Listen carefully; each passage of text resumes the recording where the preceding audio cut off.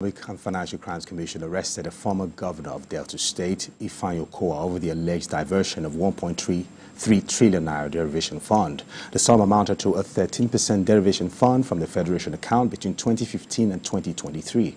According to sources at the commission, Okowa was at the EFCC office in Port Harcourt, Rivers State, and was subsequently arrested by officials of the commission. When contacted, the EFCC spokesperson, Dele Oyewale, confirmed his arrest. Of course, I still have Justice General right here with me and Membre. I hope I'm pronouncing it right. Please pronounce Membre. Yeah. Fantastic. Now, the EFCC moving to arrest ex-Governor Okowa obviously shouldn't come as a surprise, but most times the EFCC have been accused of sometimes not having concrete evidence to nail a situation and always basking in the joy of media trial. Do you also share the same sentiment? Well, I'm not surprised, as you've said, they've arrested him. I'm not also excited. Okay. He's not the first governor that has been arrested and has gotten scot-free. In fact, there was a governor that recently went to EFCC custody. They declared him wanted. Okay. They went as far as getting Interpol involved.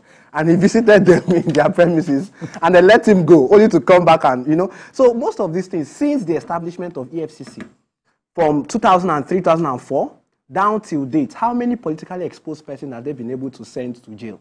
Only 2 governors, especially the chief executives of states. You're having a situation of 1.3 trillion and another 40 billion somewhere invested somewhere. And I asked myself this question. I said, why is it that the Economic and Financial Crime Commission cannot do their homework properly? Because you would find out that at the end of the day, this same issue will then go through the legal system, yes, and the media also. And you will find out that they didn't have what they needed to prosecute the person, you know. Yes, we have the issues of the judiciary, also issues with the judiciary and the rest of that. But something I ask myself, in the United States, for instance, if they should indict somebody, you almost know that the chance of the person slipping away is very slim. Yes, very difficult. Yeah. But in Nigeria, when they indict, in fact, some politicians come out and joke. Oh, no problem. You know, it's just arrest. It's just arrest. You know, look at what happened in Kogi. What happened in Kogi is a mess for everybody. Even the EFCC chairman, the current EFCC chairman, said that the EFCC itself has prosecutors who are working with accused. He made the allegation on live TV. We saw it. And these are things that should tell on the integrity of an institution like the EFCC.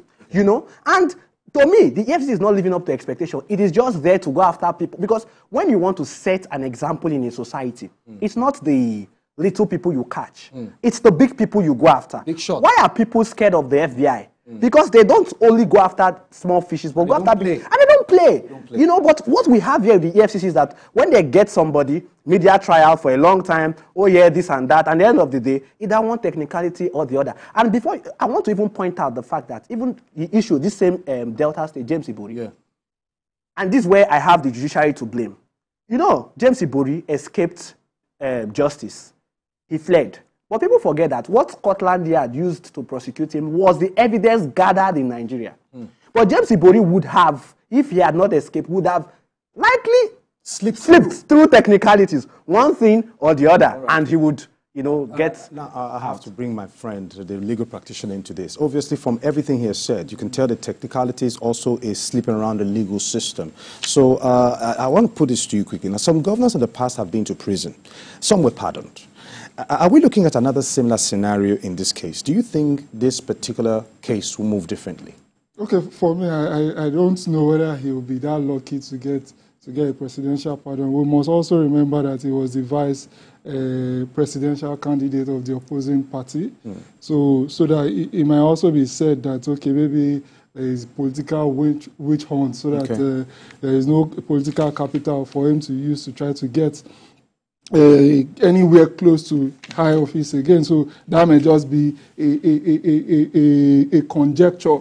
But so far, we must always remember, I try to also remind people that there's something called the presumption of innocence in our Constitution, Section 36(5) of our Constitution, so that anything that's going to be done to him, we should ensure that it is fair and it is very, very clear, and we don't harangue him, we don't hang him before he is made to face our criminal procedure. So having said that, with respect to what Mr. Membre said about technicality and... always finding the loopholes. Always finding the loopholes.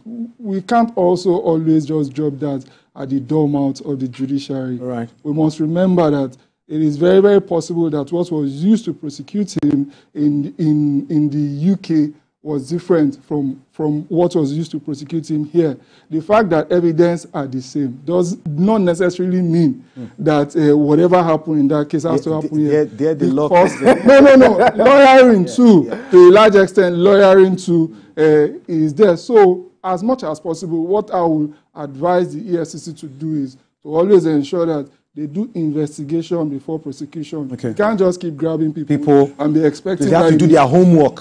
It's already happening. It is while with them that you will now be conducting investigation. Let me just talk about the FBI and their prosecution. Since he raised it, with the FBI, once you're indicted, especially in the Northern District of New York and SDNY, Southern District of New York. Yeah. It is about 90% chance that you are going to be. You might hold your thoughts a bit. Let's quickly take this break, all right? We'll take this break and we'll be right back to take it home. Stay tuned with us.